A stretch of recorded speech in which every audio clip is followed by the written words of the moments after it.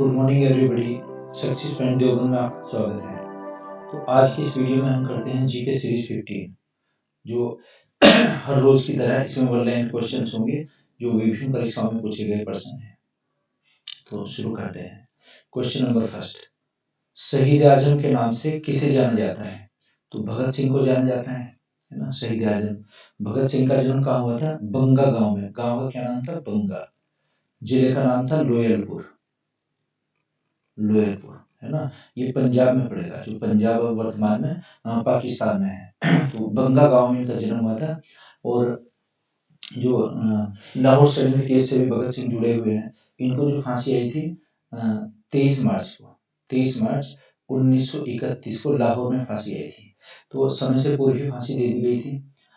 तो 23 मार्च को करीब 7:33 पर इन्हें फांसी आई थी। और इनकलाब जिंदाबाद का नारा दिया था भगत सिंह ने। फांसी पर जाते हुए इन्होंने एक गीत पढ़ा था, रंग दे बसंती चोला। और इनका कहना था कि शहीदों की चिताओं पर लगेंगे हर बरस मेले, वतन पर मरने वालों का यही नामो निशान होगा। तो भगत सिंह को समय से पूर्व ही फांसी दे दी गई थी। खैर, आगे बढ़ते हैं। दूसरा, राजघाट किस महापुरुष का समाधि स्थल है? तो राजघाट किसका समाधि स्थल है? महात्मा गांधी जी का, है ना। तो महात्मा गांधी की हत्या कब की गई थी? 30 जनवरी सन 1948 को, है ना। इसमें 8 लोग नामजद हुए थे और 5:17 का समय था पीएम, है ना। 5:17 PM, या कहीं पर कुछ बुक्स में लिखा हुआ है 5:20, है ना, शाम को। तो दिल्ली के बिरला हाउस में नाथुराम गोडसे ने गोली चलाई थी और इन पर 3 गोली दागी गई थी, जिसमें से 2 इनके पार निकली थी और एक इनके सीने में फंसी हुई थी। क्वेश्चन आता है कि गांधी जी के परिवार के किस सदस्य ने सबसे पहले गांधी जी के दर्शन किए थे? तो गांधी जी के जो सबसे छोटे पुत्र थे, नाम क्या था सबसे छोटे पुत्र का? देवदास। गांधी जी के 4 पुत्र थे, है ना। एक मणिलाल, हरिलाल, रामदास और देवदास। तो देवदास ने सबसे पहले दर्शन किए थे। और इनकी जांच के लिए एक ठक्कर आयोग का भी गठन किया गया था। 8 लोगों को इसमें नामजद किया था। 8 लोग थे इसमें जिनका नाम आया था हत्यारों की सूची में। और मेन जो इसमें थे ये नाथुराम गोडसे को जो फांसी आई थी 15 नवंबर सन 1949 को। ये मुकदमा जो चला था इसमें अंबाला में मुकदमा इन पर चला था। खैर, और समाधि स्थल कहाँ पर बनाया गया है? दिल्ली में। समाधि स्थल को क्या कहते हैं? राजघाट। क्वेश्चन नंबर 3, ल्यूकेमिया या रक्त कैंसर के नियंत्रण हेतु प्रयुक्त समस्थानिक कौन सा है? कोबाल्ट 16 रसायन को हम रक्त कैंसर, ब्लड कैंसर के रिमूवल के लिए प्रयोग करते हैं, यानी कि उसके उपचार करते हैं। उसकी दवाई का नाम है ये। क्वेश्चन नंबर 4, अमेरिका के प्रथम राष्ट्रपति कौन थे? जॉर्ज वाशिंगटन 2 योजनाओं में बने हैं, है ना। 1789 से 1797 तक, तो लगभग 8 वर्षों तक। यहाँ के राष्ट्रपति का कार्यकाल कितना होता है? 4 वर्ष। 4 वर्ष। और कोई भी व्यक्ति कितनी बार बन सकता है राष्ट्रपति अमेरिका का? 2 बार, है ना। तो संयुक्त राज्य अमेरिका के पहले राष्ट्रपति थे और ये 1789 टू 1797 तक बने थे। ये इनका फोटो दिखाया गया है। तो जॉर्ज वाशिंगटन। ओके। नंबर 5, कौन सी भूकंपीय तरंगे तरल पदार्थ से होकर नहीं गुजर सकती? एल तरंगे जैसे तरल या अर्धतरल पार्ट पर जाएगी तो वहां से वापस मुड़कर आ जाएंगी। तो क्वेश्चन है भूकंपीय तरंगे, सेस्मिक वेव्स, है ना। या पृथ्वी की आंतरिक संरचना की जो जानकारी थी उसमें एल तरंगे महत्वपूर्ण भूमिका निभाती है ना। पी तरंगे, एस तरंगे और एल तरंगे, प्राइमरी, सेकेंडरी और लेटिट्यूडनल वेव्स, इनका प्रयोग किया गया था। पृथ्वी की आंतरिक संरचना की जानकारी हमें 3 तरंगों से मिलती है, पी, एस और एल तरंगे। सबसे महत्वपूर्ण जानकारी एल तरंगे देते हैं। इससे ज्ञात हुआ था कि हमारी पृथ्वी के अंदर कुछ तरल या अर्धतरल पदार्थ भी है। चूंकि जैसे इनके सामने तरल पदार्थ आएगा, जैसे तरंग यहाँ से छोड़ी गई और जैसे लिक्विड पोर्शन आया तो ये वापस मुड़ जाएंगी। इसका मतलब है कि यहाँ तक, इससे आगे फिर पानी या तरल या कोई अर्धतरल पदार्थ उसमें भरा है। Number 6, Khudabakhsh oriental public library कहाँ है? पटना में, है ना। पटना बिहार में है, खुदाबख्श के नाम से। क्वेश्चन नंबर 7, बांदीपुर वन्य जीव अभ्यारण्य, ये कहाँ पर है? बांदीपुर, मैसूर में, कर्नाटक में। बांदीपुर बहुत फेमस है। नंबर 8, भारत रत्न प्राप्त करने के बाद राष्ट्रपति बनने वाले प्रथम भारतीय कौन थे? सर्वपल्ली राधाकृष्णन, इससे पहले क्या थे, उपराष्ट्रपति, है ना। तो भारत के प्रथम उपराष्ट्रपति भी रहे हैं और ये फिर दूसरे राष्ट्रपति भी बने, सर्वपल्ली राधाकृष्णन। इनको 1954 में इन्हें भारत रत्न पुरस्कार दिया था। तो भारत रत्न पुरस्कार कहाँ दिया जाता है, राष्ट्रपति भवन में राष्ट्रपति महोदय देते हैं। तो इन्हें पुरस्कार मिला था इनकी शिक्षा में अचीवमेंट के लिए, क्योंकि एक राष्ट्रीय शिक्षक दिवस जो मनाते हैं 5 सितंबर को, वो इनके जन्म दिवस पर ही मनाते हैं। 5 सितंबर को क्या मनाया जाता है, राष्ट्रीय शिक्षक दिवस। शिक्षक दिवस, ये इनके जन्मदिन के अवसर पर। नंबर 9, पृथ्वी के ध्रुवीय व्यास और विषुवतीय व्यास में कितना अंतर है ना। पोलर इसमें डायमीटर और इक्वेटर डायमीटर में कितना डिफरेंस है, 42 किलोमीटर का। यानी कि हमारी पृथ्वी ये ध्रुवों से चपटी है थोड़ी, तो एक तो इस व्यास की बात हो रही है और एक इस व्यास की। ऐसा सर्किल जिसमें 2 व्यास या 2 त्रिज्याएं होती हैं उनको ओवलेट स्क्रोल बोलते हैं, लंबवक्ष गोलार्ध। लंबवक्ष गोलार्ध, गोलार्ध। तो क्वेश्चन आता है कि हमारी पृथ्वी का आकार कैसा है, लंबवक्ष गोलार्ध। इंग्लिश में ओबलेट, OBLAT, ओबलेट।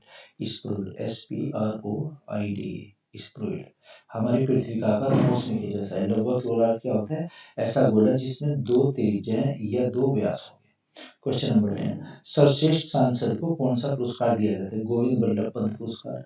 ये सर्वश्रेष्ठ सांसद को दिया जाएगा। नंबर 11, काकोरी कांड में किसे कम उम्र होने के कारण फांसी की सजा नहीं दी गई थी, तो मोहम्मद गुप्त को फांसी की सजा नहीं दी गई थी।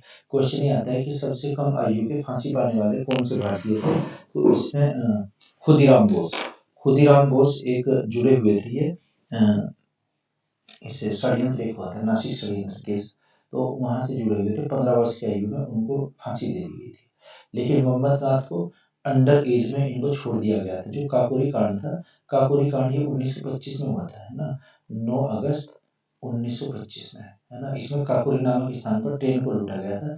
इसमें 4 को फांसी आई थी। वैसे तो टोटल 29 गिरफ्तार हुए थे और इसमें 4 को फांसी आई थी। किस किस को, राम प्रसाद बिस्मिल, राजेंद्र लाहिड़ी, रोशन लाल और एक थी इसमें अशफाकुल्ला, है ना। राम प्रसाद बिस्मिल को गोरखपुर में फांसी आई थी और अशफाकुल्ला को इलाहाबाद के नैनी में आई थी, और एक राजेंद्र लाहिड़ी को गोंडा में आई थी, और एक इसमें कौन थे, रोशनलाल, इनको एक को फैजाबाद में आई थी, अशफाकुल्ला को फैजाबाद में, सॉरी। काकोरी कांड था। 8 डाउनिंग ट्रेन, ये सहारनपुर से ट्रेन चली थी और लखनऊ जाना था, तो लखनऊ के आउटर पर काकोरी पड़ता है। ओके, तो क्वेश्चन नंबर 12, वर्षा के जल में कौन सा विटामिन पाया जाता है, विटामिन B12, विटामिन B12, और इसका रासायनिक नाम होता है कोबलेमिन, कोबलेमिन भी इसका नाम होता है। नंबर 13, आनंद मठ की रचना किसने की थी, बंकिम चंद्र चटर्जी ने। देखना, आनंद मठ की जो घटना है, यहाँ पर एक सन्यासी विद्रोह हुआ है, सन्यासी विद्रोह, गिरी संप्रदाय के कुछ गिरी सन्यासी, गिरी सन्यासी पर आनंद मठ, पश्चिम बंगाल में एक जगह पड़ेगी आनंद मठ। तो आनंद मठ में ब्रिटिश सरकार ने, ब्रिटिश सैनिकों ने इन सन्यासियों पर चारों तरफ से घेर कर इसमें पहले इनके आश्रम में आग लगाई मठ में, और फिर उन पर गोलियां चला दी थी। इसमें काफी सन्यासी मारे गए थे। तो बंकिम चंद्र चटर्जी ने जो अपना शीर्षक लिखा है आनंद मठ का, वो आनंद मठ की घटना पर, यानी कि सन्यासी विद्रोह की घटना पर आधारित है ना। ये भारत का फिर जो इन्होंने लिखा था ना, बंकिम, वो राष्ट्रीय गीत भी बना था, उसको पढ़ने में 65 सेकंड का समय लगता है। देखना, राष्ट्रीय गान को, जब हम राष्ट्रीय गान पढ़ते हैं, है ना, इसे पढ़ने में 52 सेकंड का समय लगता है, और राष्ट्रीय गीत को पढ़ने में 65 सेकंड का समय लगता है, यानी कि 1 मिनट और 5 सेकंड, है ना, ये ध्यान दीजिएगा। तो राष्ट्रीय गीत किसने लिखा है, बंकिम चंद्र चटर्जी ने। राष्ट्रीय गान किसने लिखा, रविन्द्रनाथ टैगोर ने। नंबर 14, एकता प्रणाली की शुरुआत किसने की थी, इल्तुतमिश ने, है ना। एकता क्या होता है, भूमि का छोटा टुकड़ा। क्वेश्चन है, एकता का अर्थ क्या है, भूमि का छोटा टुकड़ा। तो इसके भूमि की पैमाइश की देखभाल करने के लिए इक्तेदार हुआ करते थे, इक्तेदार की नियुक्ति की गई थी फिर। अच्छा जी।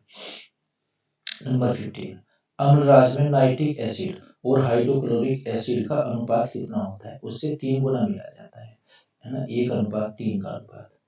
नंबर 16, गेटवे ऑफ इंडिया का निर्माण किस वर्ष किया गया था, 1911 में।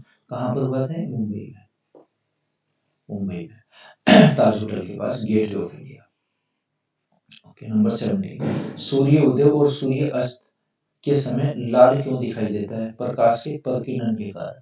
प्रकाश के प्रकीर्णन के कारण सूर्य लाल दिखाई देता है, यानी कि समय से पहले उगता हुआ दिखाई देना और उसके बाद ये डूबता हुआ दिखाई देना। नंबर 18, पंजाबी रचना कागज पे कैनवास किसकी रचना है? अमृता प्रीतम की, पहले भी कई बार क्वेश्चन आया हुआ है।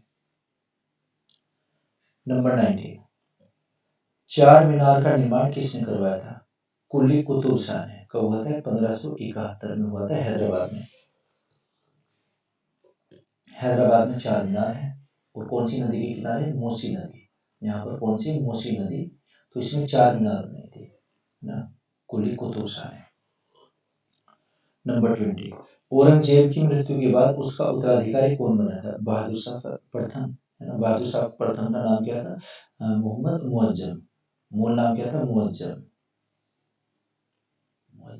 और सन 1707 में एक उत्तराधिकार का युद्ध लड़ा गया था। इसने अपने भाई को हरा दिया था और बहादुर शाह की उपाधि लेकर खुद से ये बादशाह बना था, है ना। बहादुर शाह शासनकाल क्या रहा है? सन 1707 से 1712 तक। तो ये लगभग 5 साल तक रहा है। ओके, तो इसने साहू जी को मुगल कैद खाने से रिहा किया था। इसके बारे में इतिहासकार बताते हैं कि इसको साहिब खबर भी कहा गया है। बहादुर शाह फर्स्ट को साहिब खबर क्यों? क्योंकि ये योग्य पद अयोग्य लोगों को दे दिया करता था। तो एक इतिहासकार में खाफी खान, खाफी खान ने कहा है इसको, खाफी खान ने। ओके, 21, सूर्य के प्रभामंडल के अध्ययन हेतु इसरो द्वारा प्रक्षेपित उपग्रह कौन सा है? आदित्य।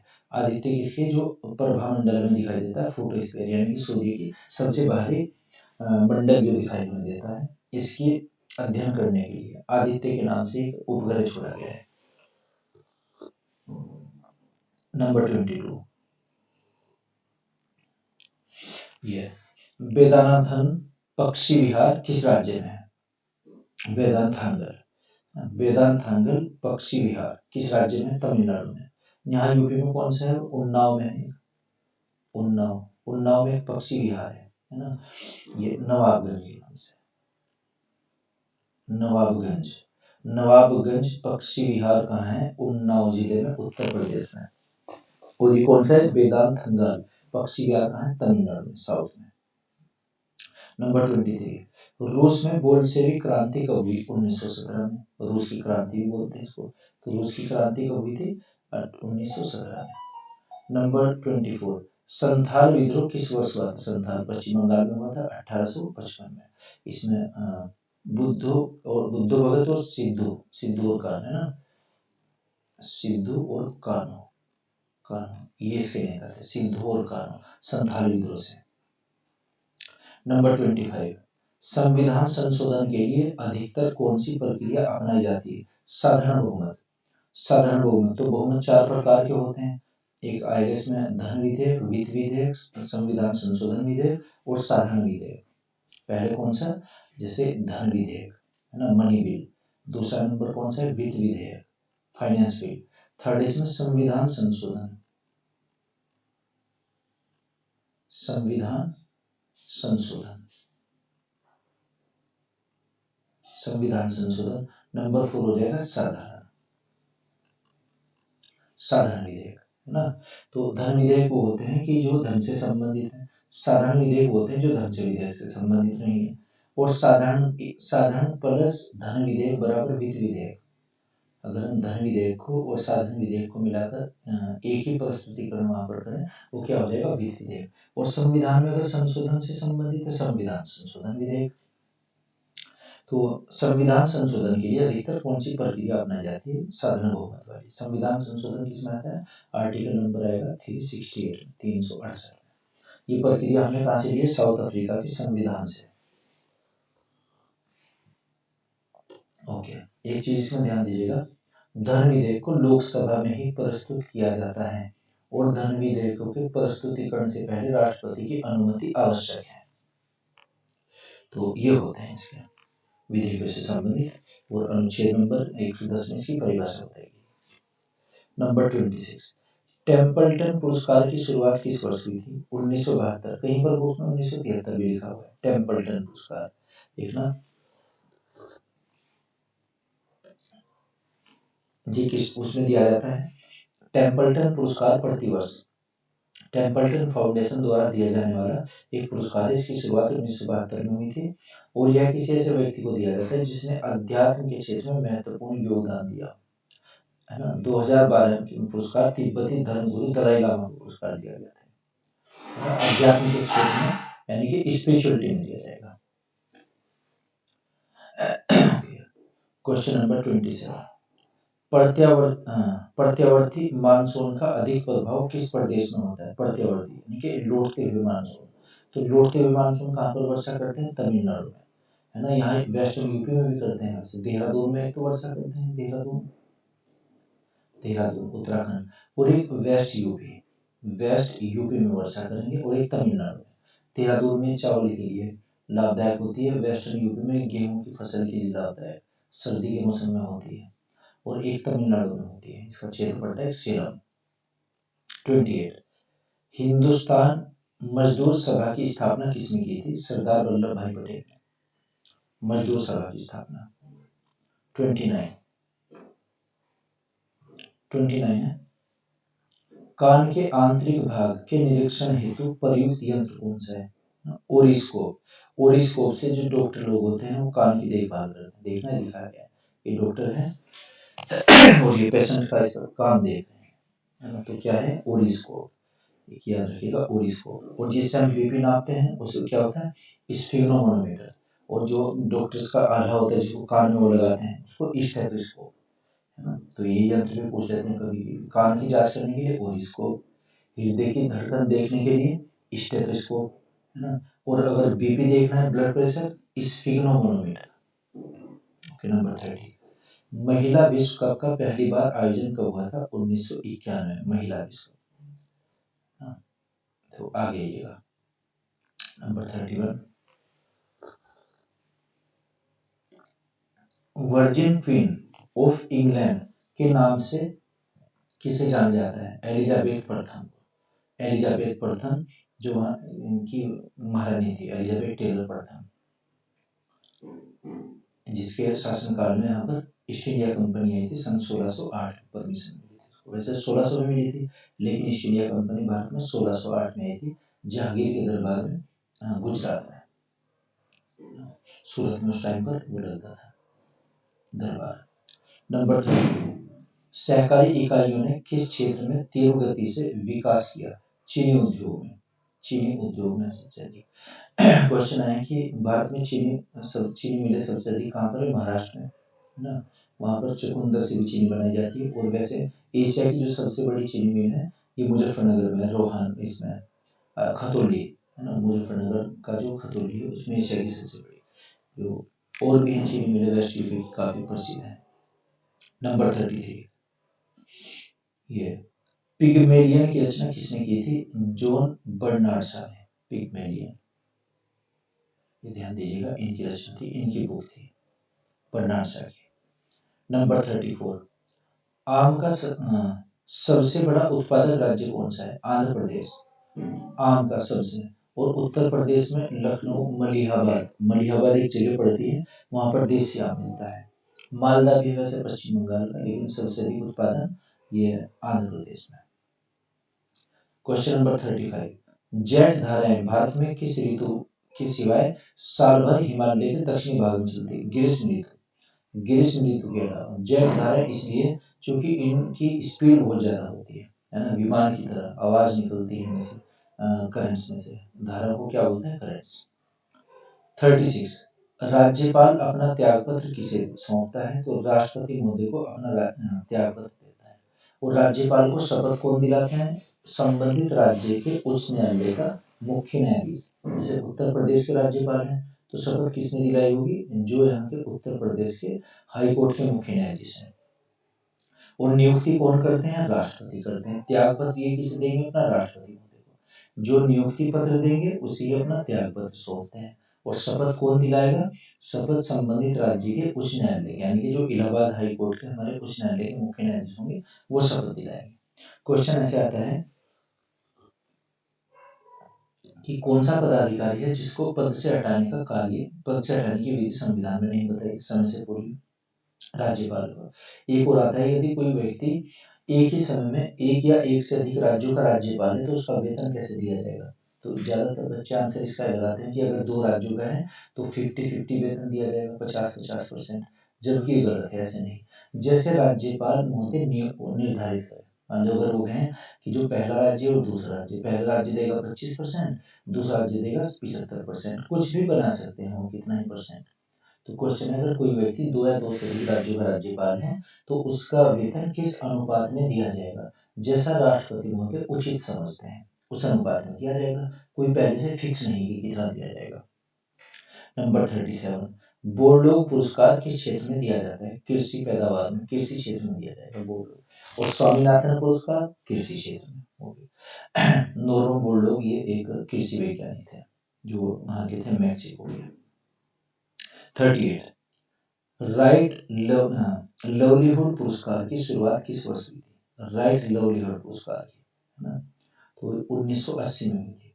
देखना 2020 का भी जो पुरस्कार दिया गया है इस बार 4 लोगों को दिया गया है। 4 कार्यकर्ता, बेलारूस के एलिस, है ना, ईरान के नसरीन और संयुक्त राज्य अमेरिका के इसमें दिए गए ब्रायन, है ना, और निकारागुआ के हैं लोटे कनिंघम, है ना। इनको समानता, लोकतंत्र, न्याय और स्वतंत्रता के लिए दिए गए अपने योगदान के लिए 2020 का पुरस्कार दिया गया। तो आप इसे भी नोट कर लीजिए क्योंकि ये करंट का क्वेश्चन भी है। लाइवलीहुड का मतलब जीवन यापन करने का, है ना, कोई हमारे ऊपर बंदिश है ना, कोई रोक ना लगाई गई हो। नंबर 39, कांग्रेस समाजवादी पार्टी की स्थापना किस वर्ष हुई थी? 1934 में। कांग्रेस समाजवादी, याद रखिएगा, कांग्रेस समाजवादी।